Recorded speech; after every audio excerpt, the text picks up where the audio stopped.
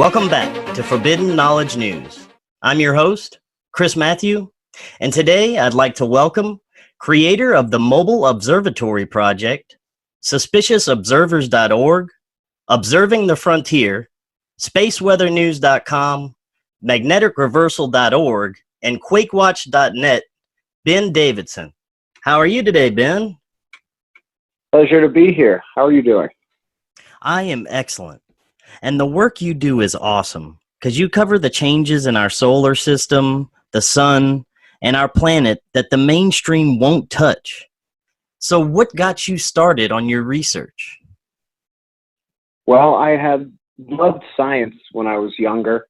When I went to college, I wanted to be the weatherman. I took a number of meteorology classes, but that is all about towing the line and doing exactly what the professor tells you to do, even though your books are 15 years old and the process of weather forecasting is changing by the month, etc. I didn't have the patience for it, and the professors didn't really have the patience for me.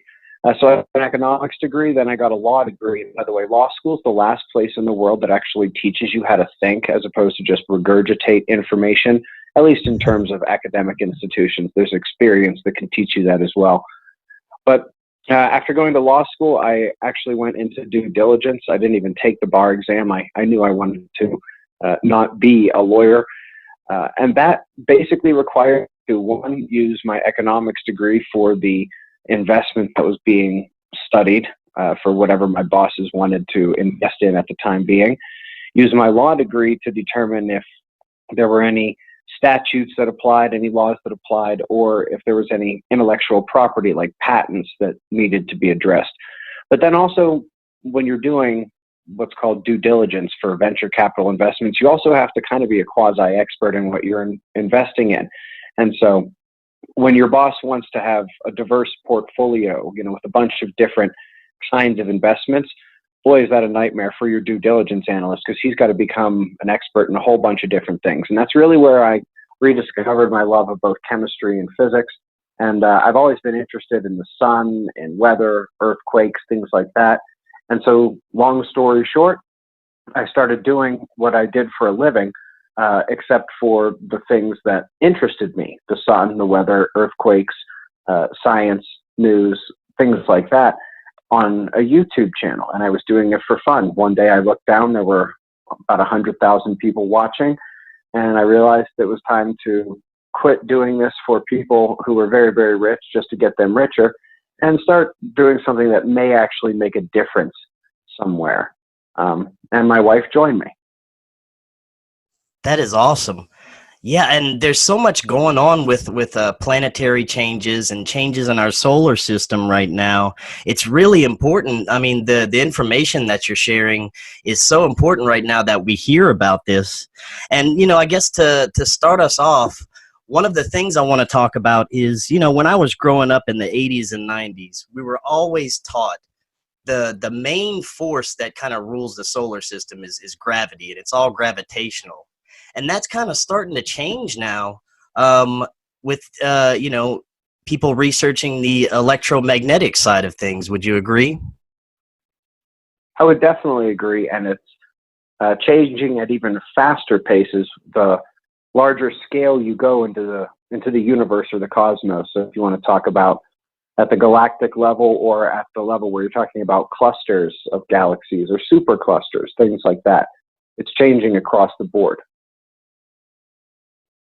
Definitely. And what do you think it is that is, do you think that it's just the research that is coming along, and they're just mainstream science is starting to realize that electromagnetics is the, one of the driving forces from the sun?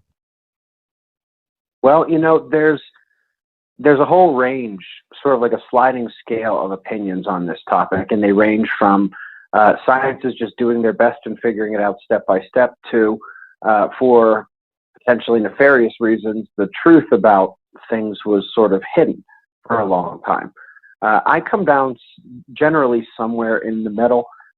Too many things were classified that shouldn't have been classified. Patents have, in a way, held up research when they should really be an economic thing for the person who did the invention. I won't go into a lot of that now, but the gravity is just such a seductive temptress on large scales for scientists, because it really does allow them to have these broad guesses for the sizes of stars and the sizes of galaxies and how many stars there are, etc., and basically make the math fit so that they can say, hey, this is going to work. Of course, it should have been a real big clue when they missed 95% of the universe and had to invent dark matter and dark energy, that there was something amiss, but they decided to stick with gravity for the most part, rather than look to enhancing the importance or the influence of electromagnetic forces, and specifically plasma, over, again, scales relevant to planets, stars, solar systems, galaxies, and beyond. Yeah, that's fascinating. And another thing is the sun. It's not what they used to teach us in school. It's not like a nuclear reactor. Talk a little bit about what the sun is and how it actually can affect weather here on Earth, and even earthquakes and volcanoes. Well, first off, I can assure you that they absolutely do still teach that in school. According to mainstream science, it is still a nuclear furnace that somehow just sort of sustains itself into this dynamo of cycles. That's still what they teach kids in school. That's still what the, quote, experts model, and when they make their predictions, and when they try to understand the sun, and when they tell us what's inside of the sun. It's all based on those guesses. Right. But there's nothing about a otherwise uncontrolled thermonuclear engine at the core of a star that's going to produce so many of these cycles on the sun that have so many perfect harmonies. One would be the 11-year cycle. Another one would be the 400-year cycle, or perhaps even the half harmonic 200-year cycle, which aren't related to one another but sync up at various times, throughout the longer thousands of years time scale. And these things are really hard to reconcile with this reckless, uncontrolled, as I said, nuclear engine. It's why they invented this dynamo model, they say, that somehow manages to build up energy and then release it over a finite amount of time, and then somehow takes the exact same amount of time to build up just about the same amount of energy, etc. But then you have to look at other things, like the fact that the sun doesn't bulge.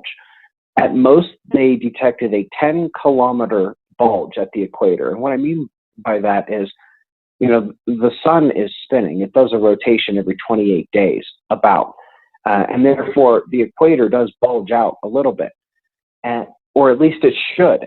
But the largest they've ever seen is, like I said, about 10 kilometers. And that's over the entire million-mile wide sun.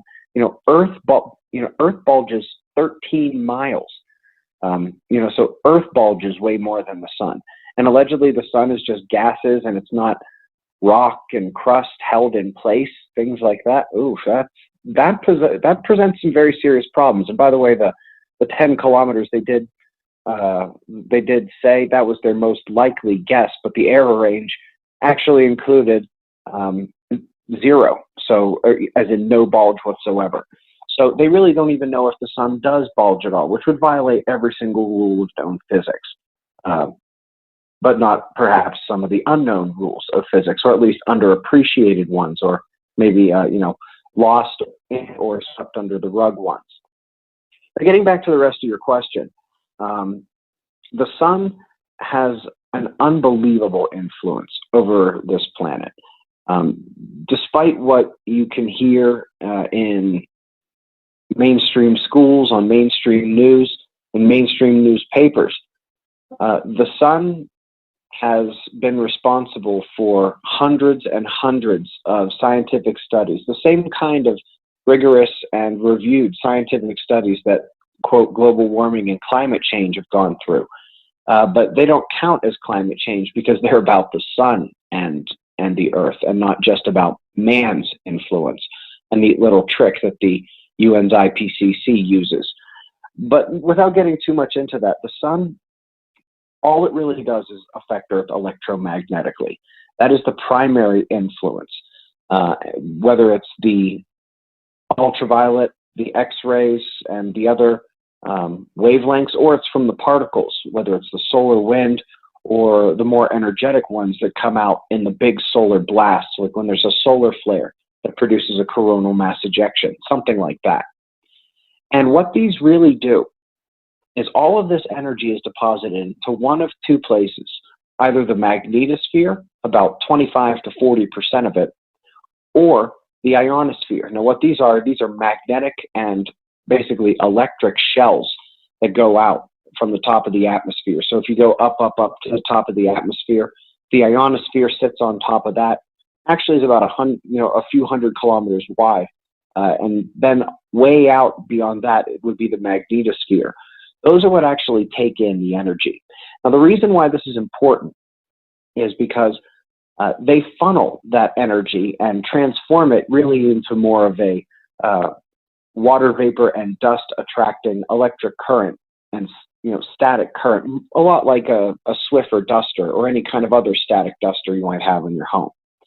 And these currents basically either feed directly down through the atmosphere and into the crust via the magnetic fields that do so, or when they juice up the ionosphere, they trickle down through what's known as the global electric circuit, and that's how you get direct energizing of hurricanes, typhoons, cyclones, and there are now more than 25 scientific studies published on this, many of them with authors from NASA, Johns Hopkins, MIT, Princeton, Yale, Harvard, Stanford, Berkeley, Caltech, all of the top places you could name, and yet they don't get any of the press that the human side of climate change studies get.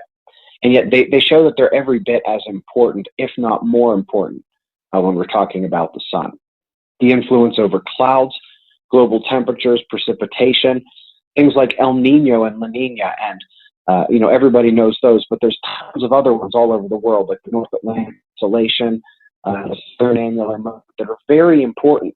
The monsoon tracks in Asia basically determine whether or not those billions of people are going to have food or not, and those things are highly variable based on solar activity. So it really does have this effect, and it doesn't just affect the weather, as you very adequately mentioned. It also affects things like earthquakes and volcanoes.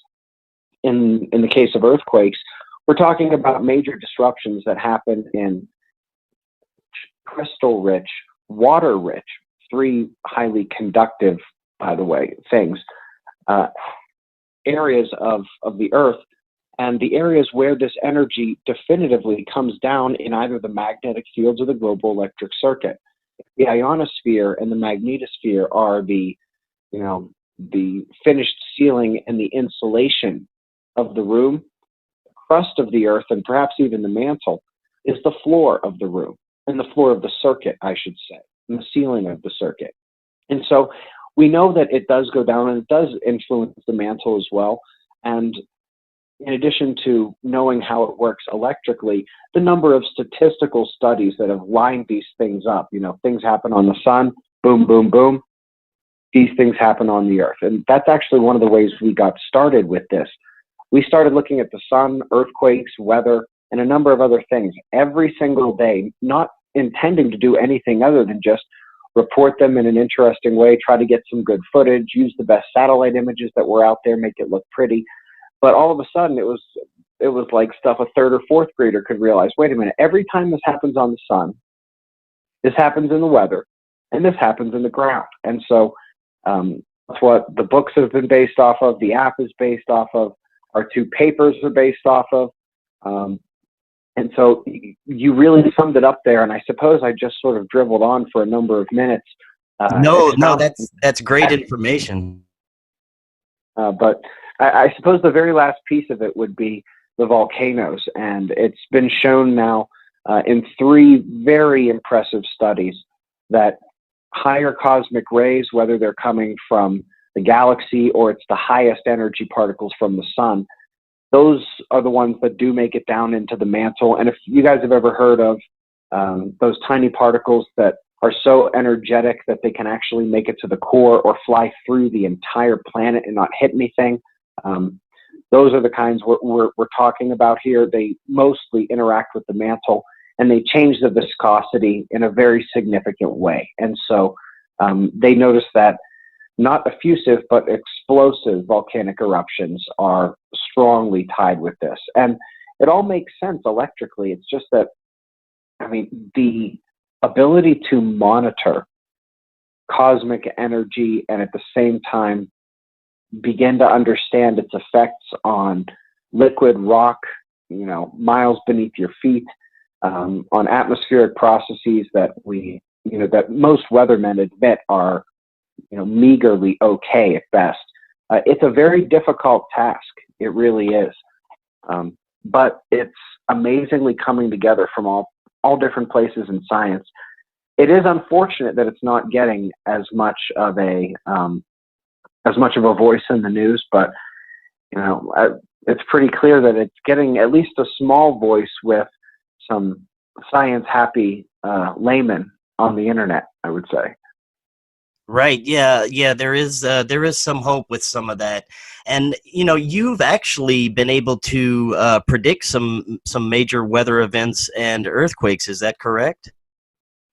Right. The best weather prediction we had, if anybody remembers back in 2017 in September when those hurricanes ravaged Puerto Rico. It actually started with Hurricane Harvey hitting Texas, and then, I think there was Irma, Jose. I'm forgetting one in there somewhere. But when Irma formed, that was when we had the strongest of strong signals from the sun that the storm would intensify and drive westward as hard as it could. And it looked like there were about 4 or 5 days of this left in the sunspot. And there were only 3 days left of westward charging in Irma until it hit Florida. Now, because no weather model on the planet uses the sun, literally every single model had it missing Florida to the east, running up the Atlantic coastline and hitting somewhere between, say Jacksonville and Maryland. They were all over the place when you got there. But I said definitively, look, unless this sunspot just shuts down and stops firing solar flares, this thing will enter the Gulf of Mexico.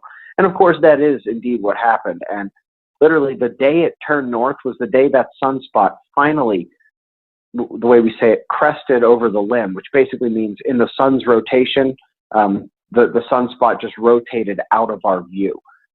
Kind of like we do. If you were standing on the sun looking at somebody down on the earth all day, well, the earth's rotation is going to take them out of your view at nighttime for that person anyway. So same kind of thing. That same day is when Irma turned north. In terms of whether or not a tropical storm is going to intensify or fade, whether or not a storm is going to march northward or southward or hold its track, those things have been very, very successful, very, very successfully predicted just using the sun. The earthquakes are a bit harder because you have to use the weather and you have to use infrared sensors on a global scale as well, in very complex ways sometimes. But yeah, it has been done. You mentioned QuakeWatch.net at the start of the show. That's a really deep topic, but a lot of it is there and actually pretty well synthesized concisely at that website. So I would say that's a pretty good resource for electromagnetic quake forecasting. Very good. And one of the things that we definitely need to talk about, it's actually been in the mainstream news a lot lately. It was, I think, a lot towards the beginning of the year that our magnetic north is actually rapidly moving, and it's sped up a lot. Let's talk about what's happening there. Right. So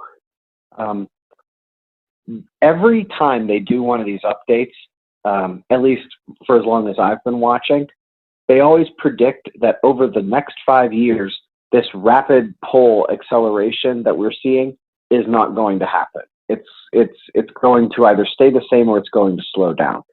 The prediction made back in 2015 was that the pole would in fact slow down its motion slightly. It would still be tracking a number of kilometers per, in that year or in those 5 years, but slightly less quick than it had been. And that didn't happen, but the world magnetic model that they had published for the entire world was based on that guess, as it always is. Now, normally, that guess doesn't change the fact that the model is relatively accurate. It doesn't go outside the 2% range of error.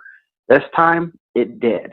And so that really does indicate that their model for trying to predict reasonable yet non-scary pole motion, magnetic pole motion, needs a little bit of an adjustment, because this thing really is hustling now across the Arctic Ocean, at least in terms of the North Pole. And it really has to in terms of catching up, because the South Pole is way ahead, kind of like the tortoise and the hare. It's almost like the South Magnetic Pole is moving so slowly, but it has already left the continent of Antarctica. It's creeping up into the southern Indian Ocean. It actually started its journey about 200 years early, about 200 years earlier than the North did. And so the North has a long ways to catch up. Imagine if the tortoise and the hare are sitting there at the starting line. Somebody says go, and the hare just says, you know what, I think I have time for a nap right now, about a 200-year nap right now. And that's essentially what we're seeing. The tortoise has crept into the southern Indian Ocean and is well ahead. The North Magnetic Pole still basically is going past the geographic pole right now, and speeding up as it does so. What happens next is of course the big question, because we know that poles meander sometimes, not usually this quickly. And we know that when they meander, they don't usually start dropping the total field strength of the planet. But that is indeed what's happening right now. And the only time we really see that happening is when we're actually in a major magnetic excursion or a full magnetic reversal, both of which, by the way, have mass extinctions tied to them. So it doesn't really matter which. And so that is basically what we're looking at. In terms of the strength I mentioned, we peaked out as a planet in strength about 3,000 or 4,000 years ago. The magnetic field was very strong, but it actually was not much stronger than it is today. The fade off was very, very slow. It's like it hit that peak, stayed there, dropping very, very slowly. And it really didn't accelerate until the middle of the 1800s, such that we know that from about 1850 or so to the year 2000, we lost about 10% of Earth's magnetic field. They updated that number to 15% just a few years later. And so we know that, what took about 150 years would now take only about 20 years. Was the next one only going to take 10 or 5 years to lose that much of the field? And when you start to lose too much of the field, all those things we just mentioned, the connection with the weather, the connection with earthquakes, the connection with volcanoes, guess what? The only thing standing in its way is the magnetosphere. It's our protective interface with energy from space. And without it, the sun and cosmic rays have complete control over the atmosphere and over the crust and over the mantle. And that's really just not a good thing, because it gets angry. At least the sun does all the time. And even if cosmic rays can't really be personified, just their existence is basically, it turns the mantle angry, I should say.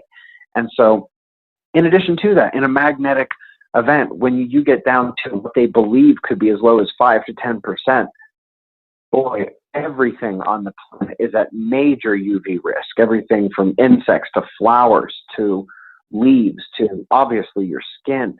Photokeratitis burns even on dark-skinned people and well-haired mammals. Even if we're talking about things that live in the sea, which are shielded from the UV, the microalgae at the base of the food chain is not. And so they've shown that it has significant vulnerability potential to UV rays. Not to mention that microalgae under strong magnetic fields gets larger and more nutritious. So with less magnetic field on Earth, it would be smaller and less nutritious and under UV stress, which is quite a challenge base of the food chain for the entire ocean. Not only what's going to happen to the insects. So, this is why. Ben, hold on. You're breaking up there. Just back up a little bit.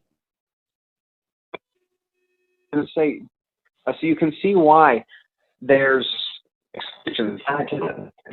all of the stress on different parts of the food chain, but also nature begins to attack because the weather, the earthquakes, the volcanoes, they do things that just don't happen when Earth's magnetic field is strong.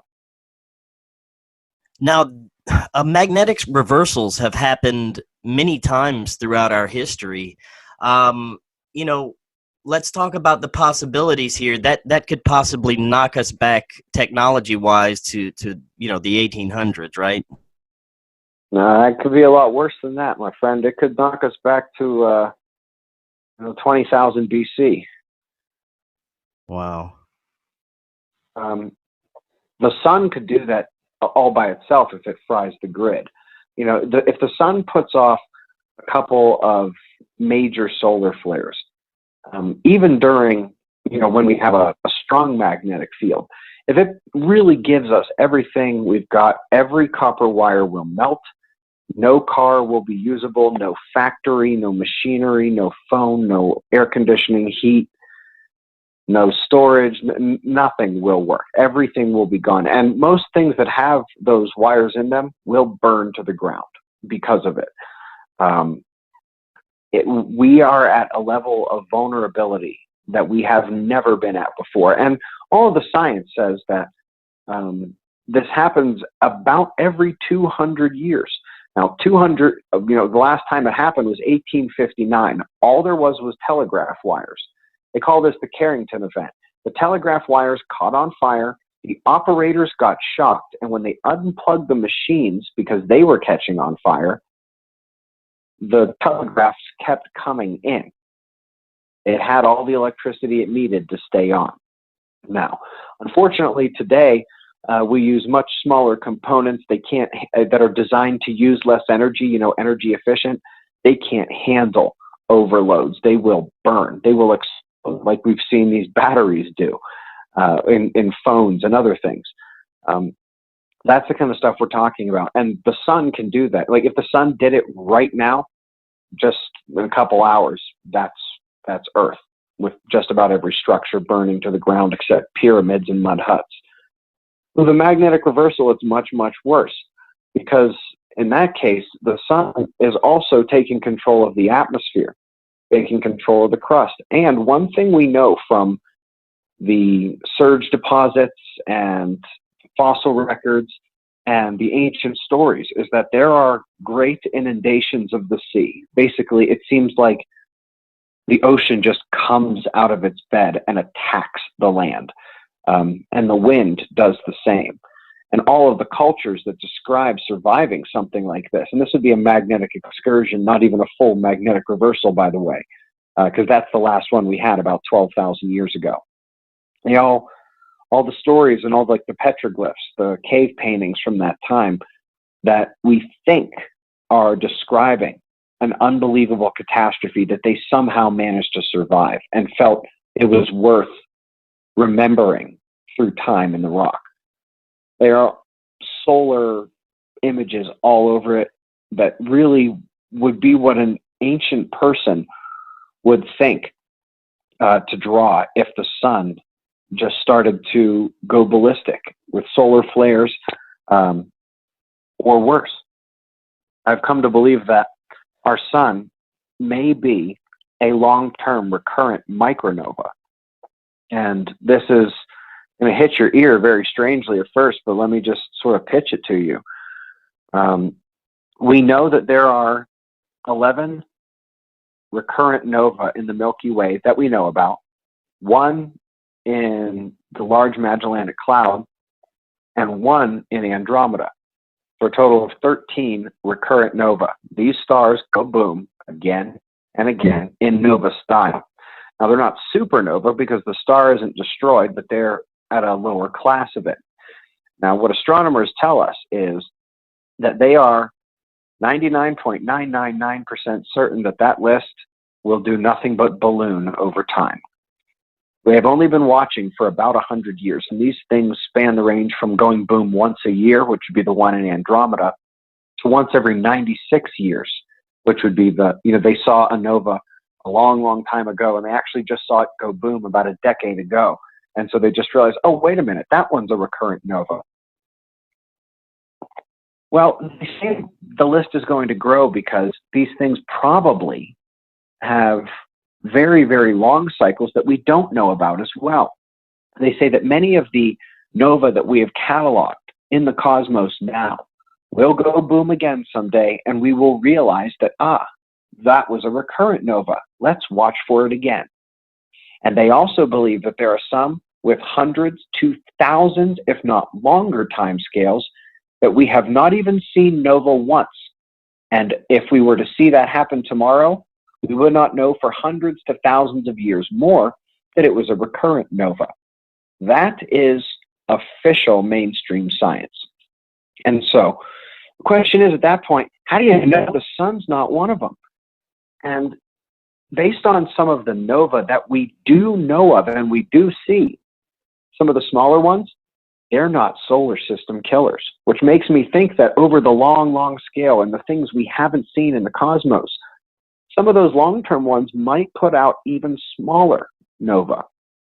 I have no way of knowing because the sun images that are carved and a lot of the evidence, and a very, very convincing guy named Doug Vogt, who's put together literally decades of work on this stuff with a group called the Dial Foundation.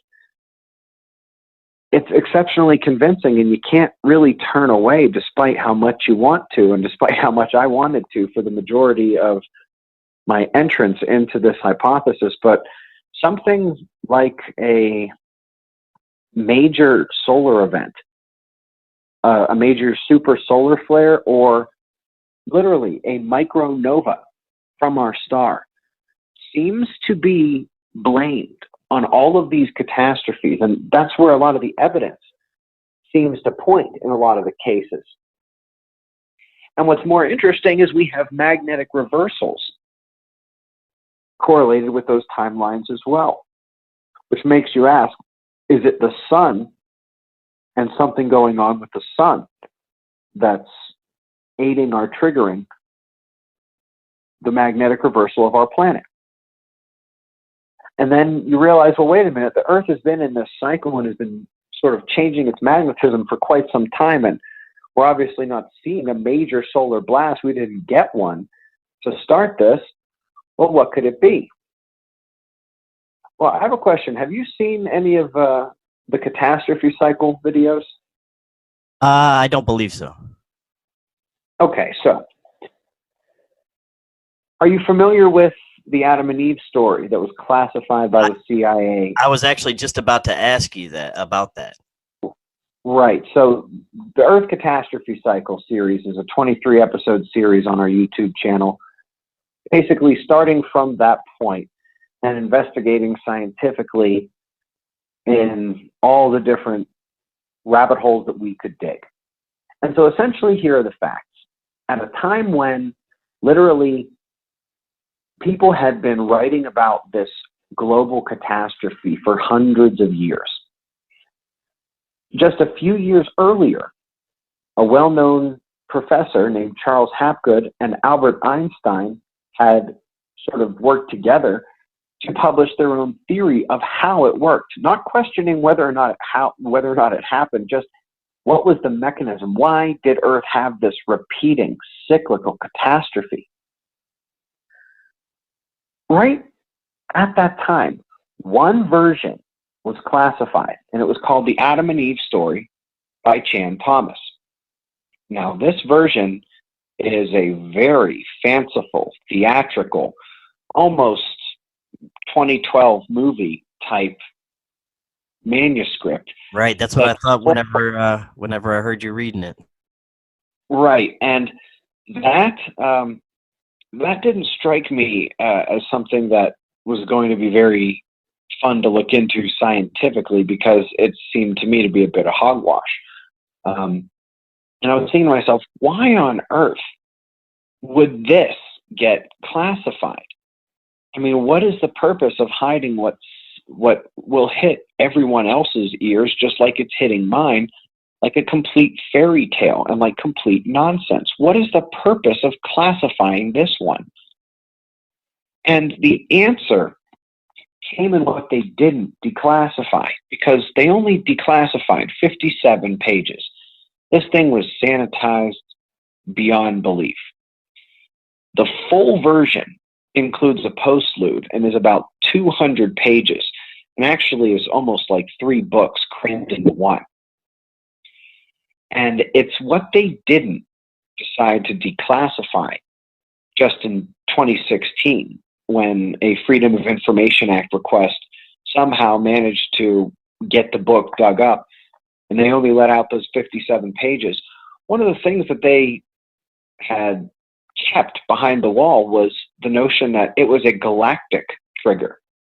And what was amazing is we found that original work, the original 57-page release, and then it took a very long time for us to actually find one of these books, you know, a book that was more complete, and send somebody to get it, and then, you know, make a PDF out of it. And it was literally months before I ever even knew the first word outside of those 57 pages. And we were already, I think, 19 or 20 episodes in, looking in a number of different directions. But one of the directions was this idea that, wait a minute, we can't deny the fact that the sun seems to go boom here. And since the magnetic reversal of Earth can't trigger the sun, it would have to be the sun triggering the magnetic reversal of Earth. What do we account for in the fact that the cycle seems to be already starting on the planet? And the only idea we could come up with was that we were crossing the heliospheric current sheet, basically at a galactic scale, though, the galactic current sheet. Now, let me tell you essentially what this is. Folks who were around in 2012 might remember this idea that we were going to cross the galactic equator and go from north magnetism to south magnetism, and it was going to basically flip the polarity of the solar system, flip the polarity of the Earth, and we'd have a magnetic reversal. Right. Yeah. Well, unfortunately, and nobody would listen to me back then, there is absolutely no such magnetic barrier at the exact equator.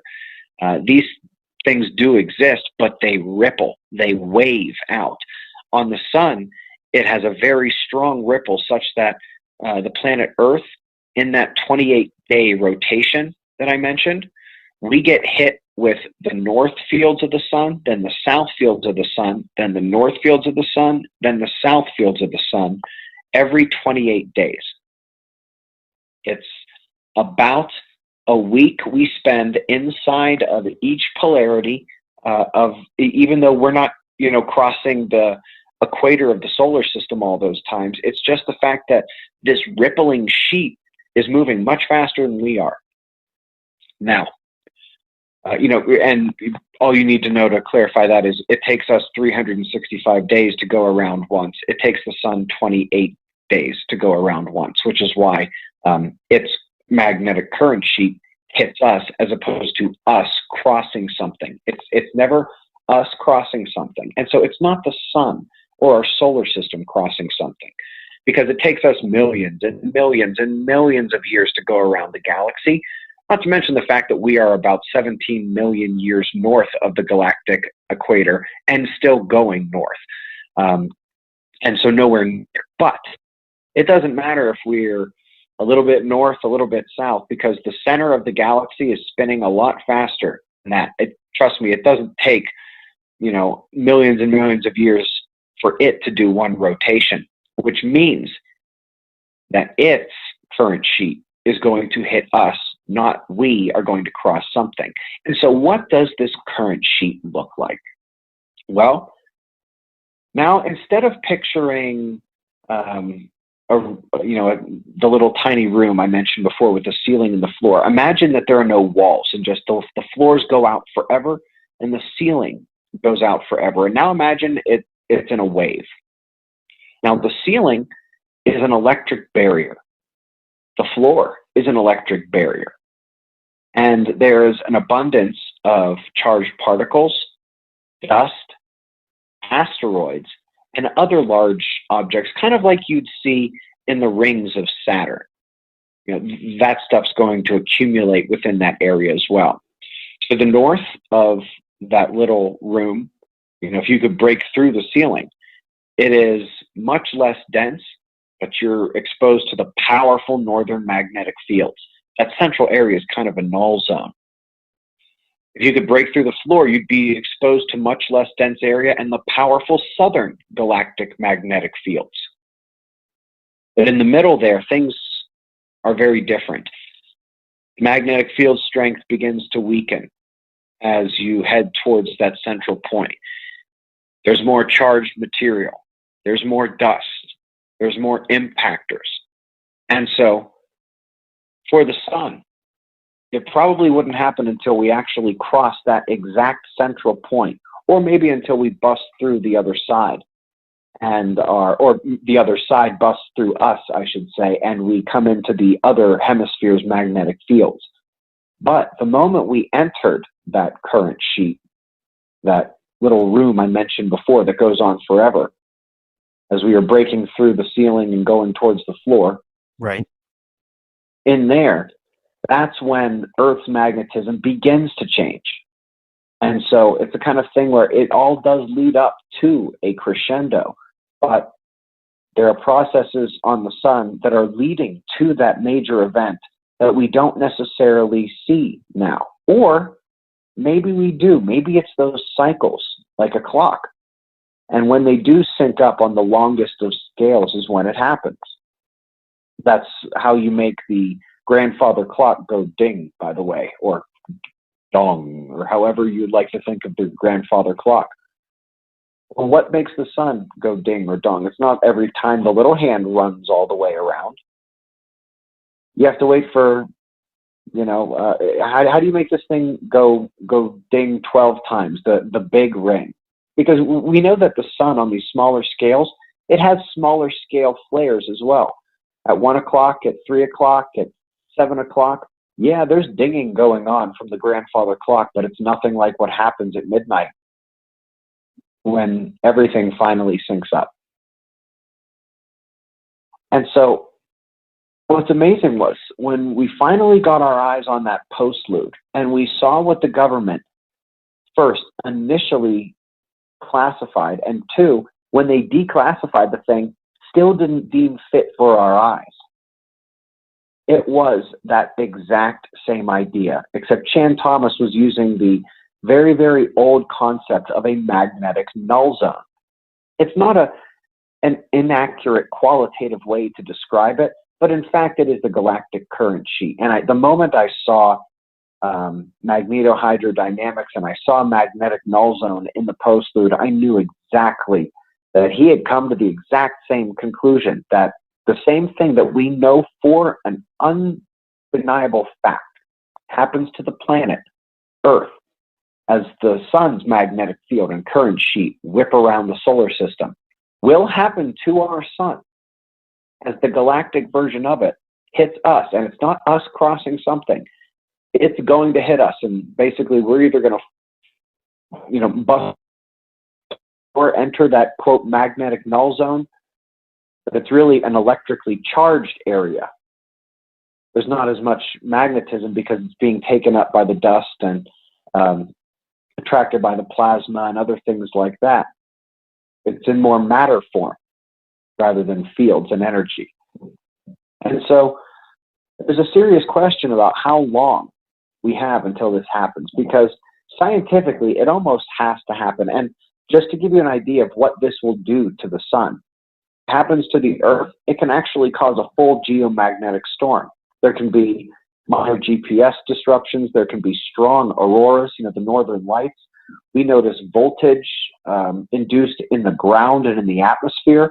And we're talking about that on a galactic scale for the sun, which only puts out electromagnetically. And so the best description of what happens when Earth gets hit by the suns is an electromagnetic disruption, an energizing of the Earth. I don't see why it would be any different when it happens to the sun on a galactic scale, and it has to.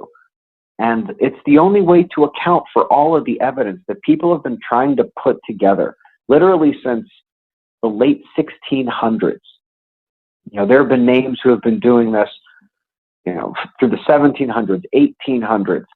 And it included Albert Einstein, who, again, didn't even question whether or not this thing was real. It was just, how does this happen? Because the evidence that we do see is so preposterous. Every 12,000 years or so, if you wanted to broaden that scale, every 10 to 15,000 years, something literally, planet, a ride that it can barely handle. And it is amazing that humans manage just to come out of it, actually. But the amazing thing is that we do manage to survive every single time this happens.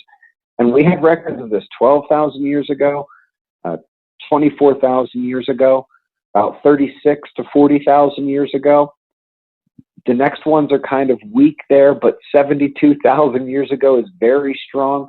The 84,000 years ago, and then the one that's like 115, the Blake magnetic reversal.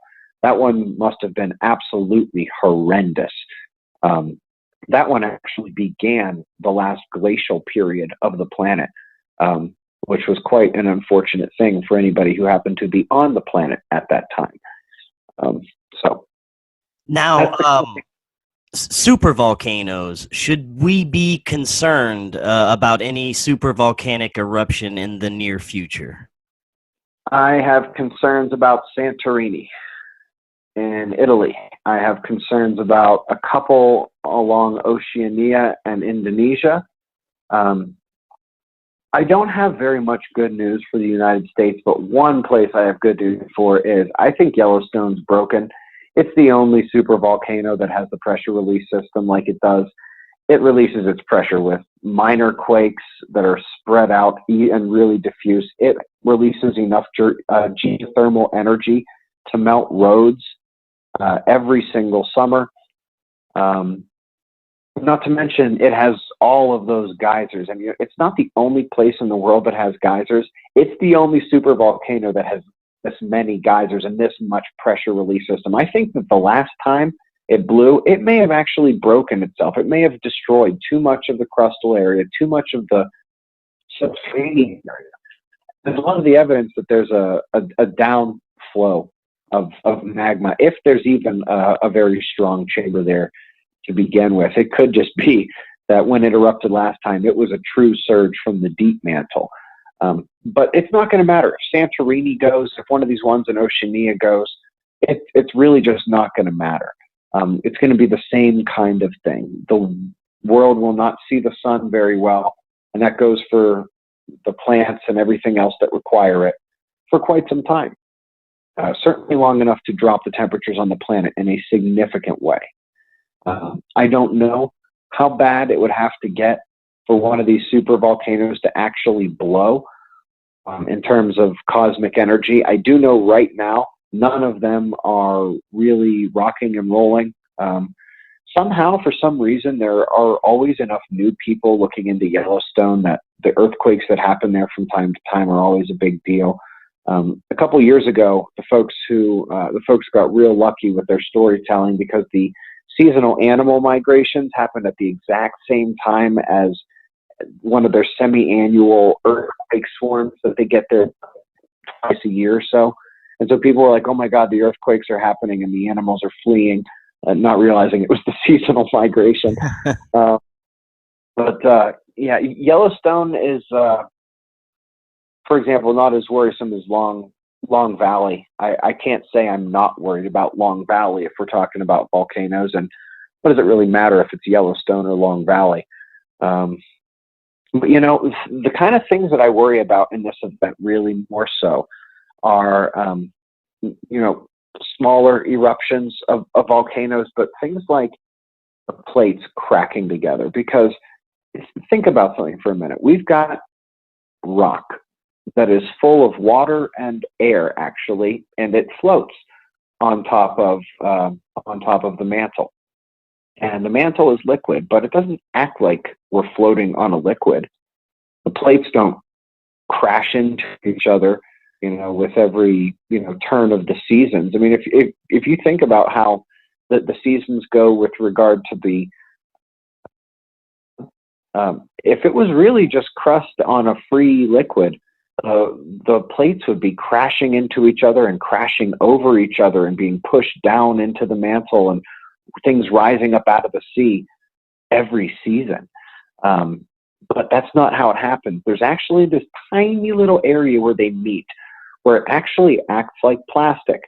So imagine if I challenged you to lay down a sheet of saran wrap and then lay down a second sheet of saran wrap flat right on top of it.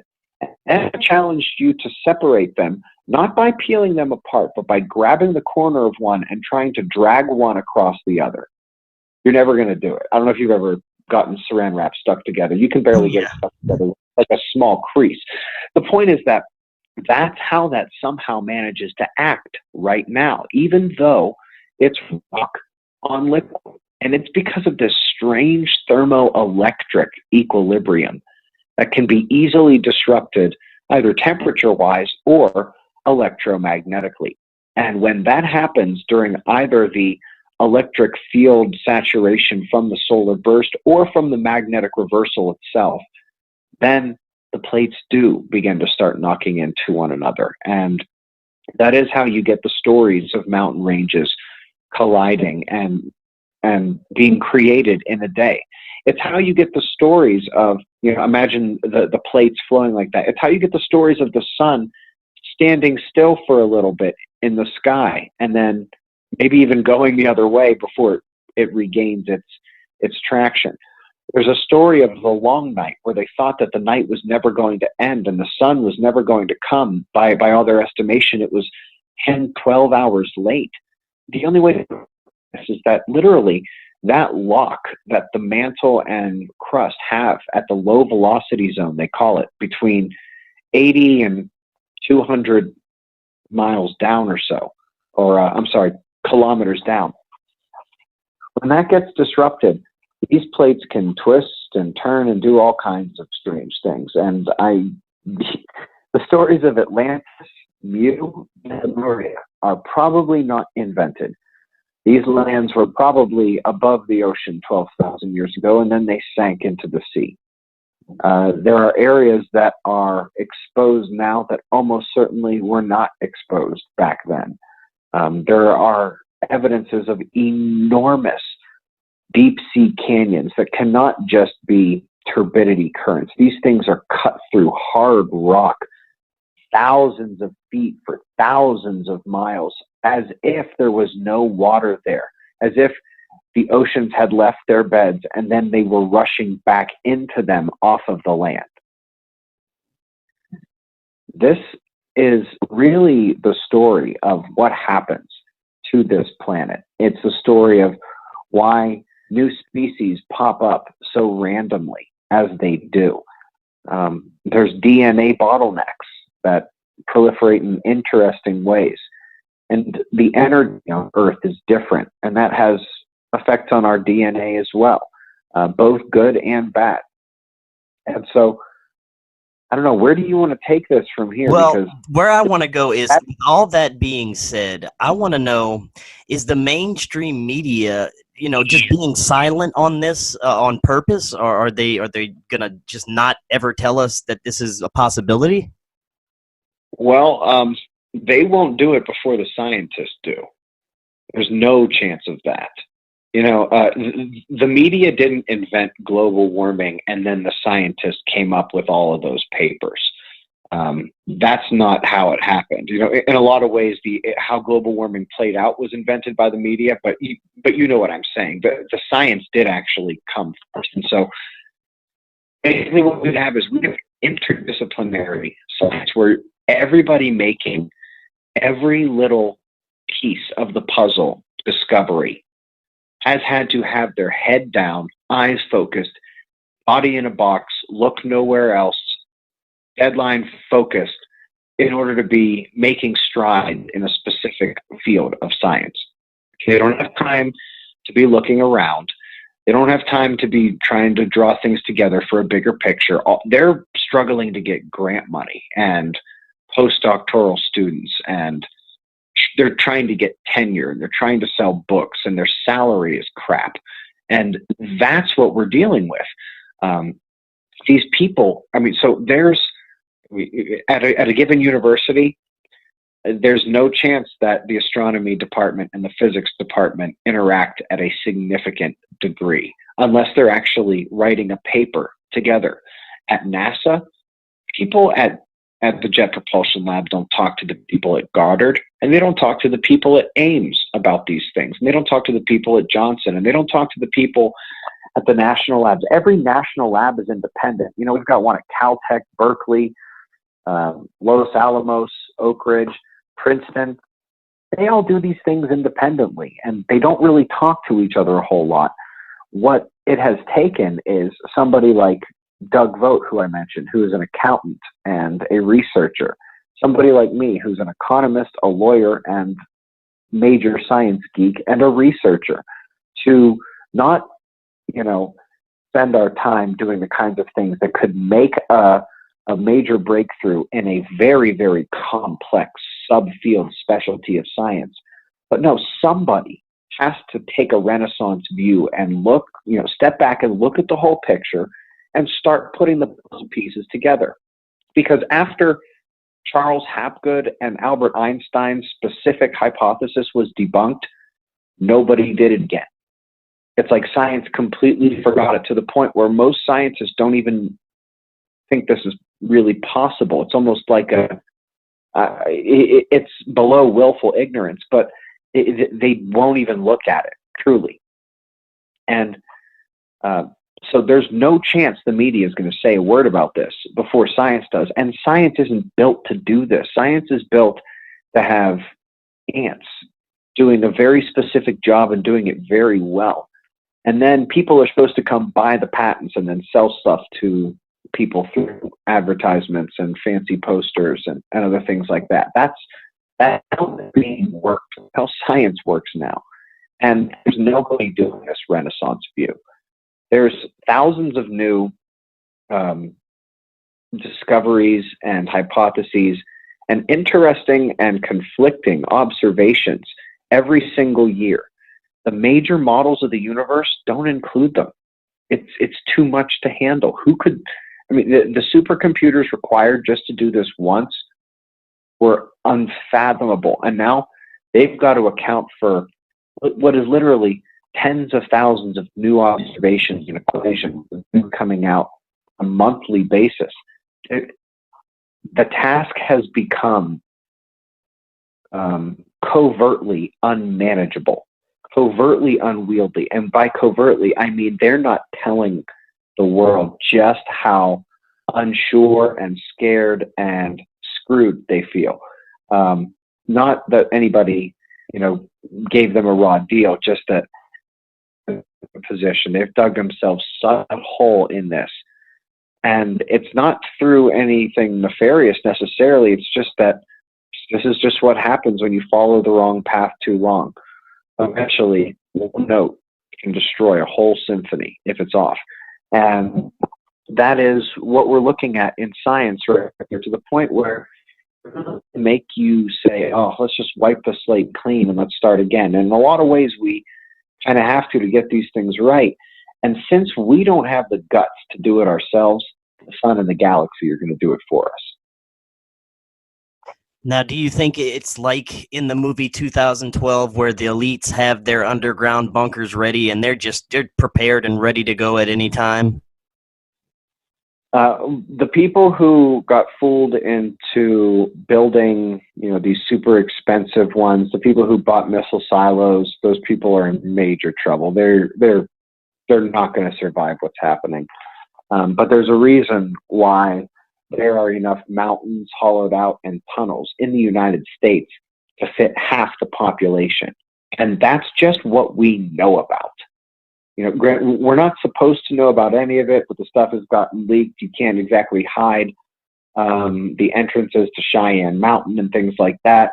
People admit that they work in the underground city in Los Alamos, things like that. So I can't imagine what we don't know about. There is all the evidence in the world of massive preparation and massive secrecy, and I can understand that. If I was them, one, I don't want people asking questions. I don't want you guys interfering with us trying to save your lives. And three, things are going to be really, really fun after this. I don't know if we're actually going to make it. You have some fun while you can. People don't generally like that idea. People take a lot of comfort in the notion that government is evil and that every single elite is evil and there's this plan that's like out to get them.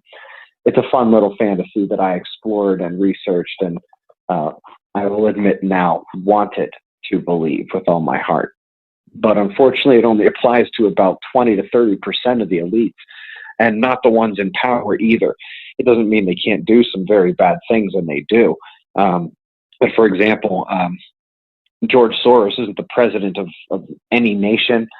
He doesn't control any secret society.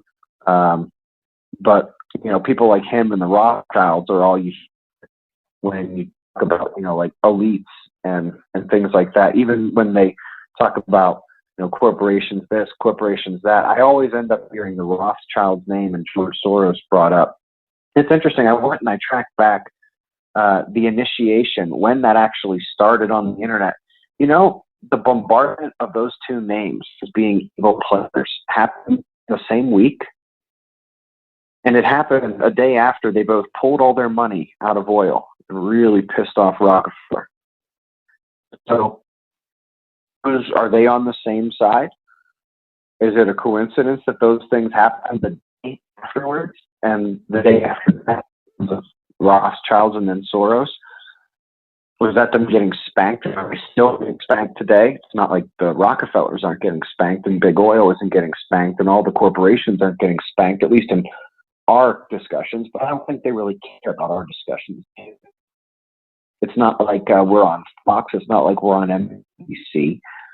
And it's not like anybody really listens to us because we use emotion and screaming when we're online and we're making our points instead of facts and logic and calm arguments.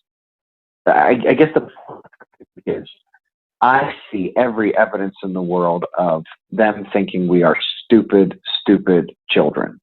Whether they feel a parental guidance over that, or they see us as cattle to prop up the top of the pyramid even higher, doesn't matter. They clearly are storing enough space and food and seeds and other things to make sure we don't die, or at least they're going to try. And there's no evidence, not one piece to the contrary. There's plenty of idiots online spouting things to the contrary, but there's not any actual factual evidence against what I just said. All the evidence suggests they know what's coming. All the evidence suggests they're preparing for what's coming. All the evidence suggests that they have way, way, way too much preparation and space for what they publicly admit to be using these things for. And this thing happens about every 12,000 years, and the last one was somewhere between 11,900 and 12,000 years ago. So that's really what's going on. Now, I don't like the idea of being in Cheyenne Mountain. I don't know how much I like the idea of trying to find a cave that I know is 1 million years old and has survived half a dozen or more of these things. and I can bet we'll survive it again. I won't have any guarantee it won't get flooded with lava or water, or I won't be buried under thousands of years. And why they've been inventing those lasers that can cut through ice so efficiently. I don't know. Right. Now, for the last few minutes that we have, why don't you talk about some of the ways that we can individually prepare for what's going to happen? Right. So,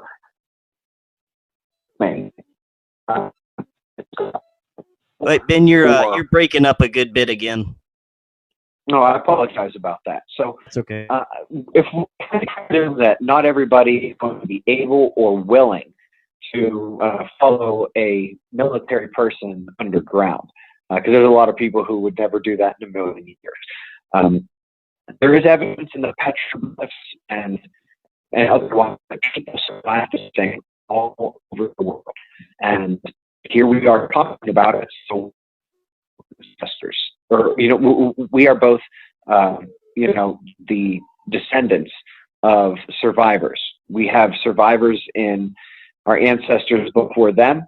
Literally, we are just survivors after survivors after survivors. That's what our DNA is. Somehow, with all the things that go extinct, we have survived these things time and time again. None of the other large mammals survived the last one. Basically, all the megafauna are gone. Very, very few things survived the last one. And so what you have to know is there's going to be lucky people all over the world. Vast majority of the lucky people all over the world are going to be petrified. And then there's going to be a few of the lucky who are going to be prepared. And that involves more than just what you think of normally happening: food, water, perhaps weapons, clothes, provisions, seeds. Make sure that you don't rely on anything that's digital or requires batteries or electricity, because we're probably not going to have it.